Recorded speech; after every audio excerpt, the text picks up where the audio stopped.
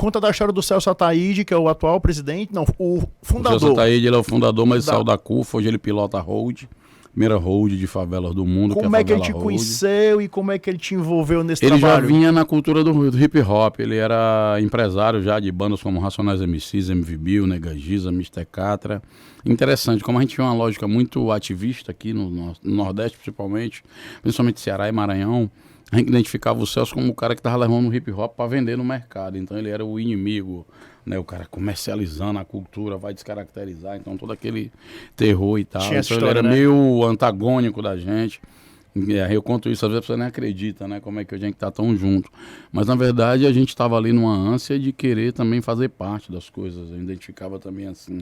É tanto que a gente conhece o Celso com aquele jeito dele, né? De carioca, camelô, né? Ele que via em Madureira, né? O cara que morou a grande parte da sua infância na rua, depois foi ter um upgrade morando em favela e num abrigo público, no pavilhão de São Cristóvão, que hoje é como eles chamam lá a Feira dos Paraíba, né? A feira da gente. Pavilhão lá de São Cristóvão, aqui em São Januário ali.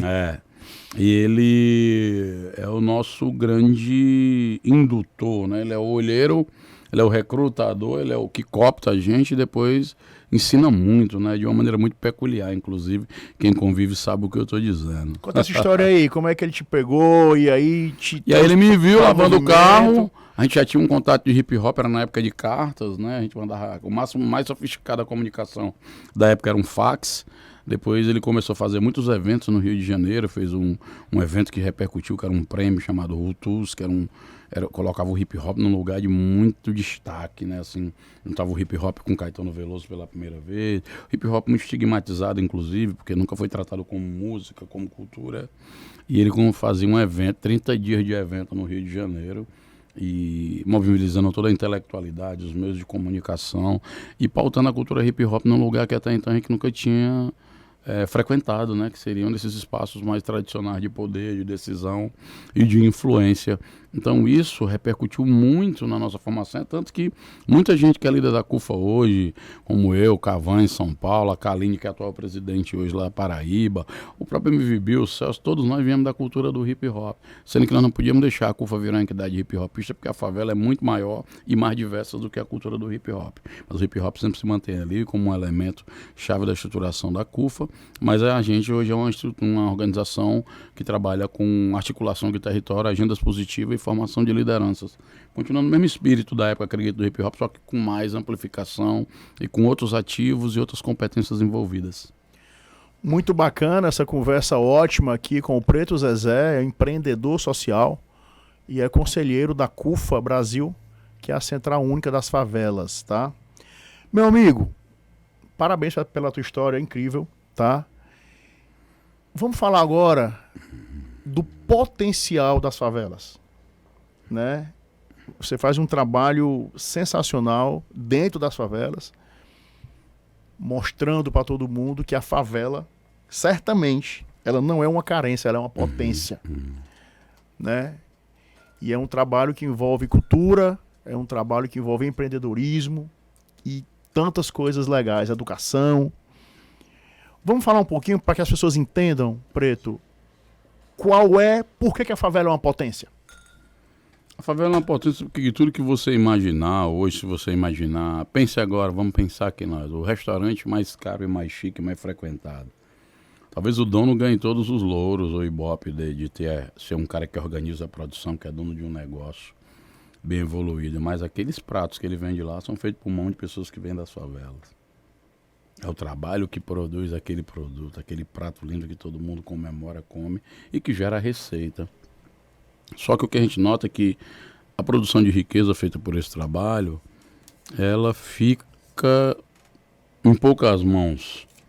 Então, quando eu começo a discutir que é desse lugar que vem a roupa mais bonita nas vitrines do shopping, o prédio mais bonito construído, e que eu consigo começar a fazer uma reflexão de que o poder está em nós, a gente começa a refletir e perceber outras soluções, outras alternativas e outras saídas. Hoje, por exemplo, você vê que eu sou do tempo quando a gente botou o nome Central Única das Favelas, as próprias organizações de favela tinham medo. Hoje a gente conseguiu, depois de mais de uma década de pautar esse tema, construir o Dia da Favela, transformar o Dia da Favela em lei em muitos municípios do país.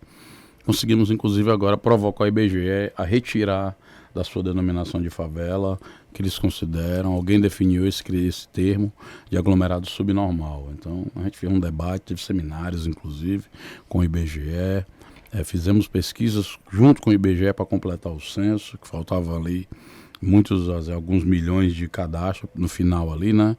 E levamos a ministra Simone Tebet para a favela para fazer um movimento chamado Favela no Mapa, que era de inserção desses cadastros para fechar o censo, até que o IBGE agora adota a mudança e adere à favela, assim.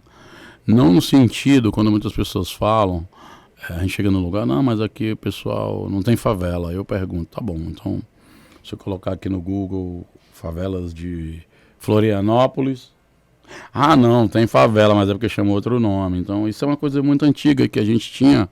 Eu lembro que ainda morava nas quadras, naquela época ali, o Foca ligado, os caras tá ligado que eu tô falando. A gente mudava o endereço, porque muitas vezes a gente ia procurar um emprego, e a pessoa perguntava, onde é que você mora? Eu moro, aí a gente ficava eu moro ali a gente até tinha uns nomes, né? Então, você vê, muitas favelas tem nome de santa para ver se diminui o estigma. Então, a nossa tem 2, que era a Quadra Santa Cecília e o Conjunto São Vicente de Paula. Então, era 2 santos blindando a gente ali.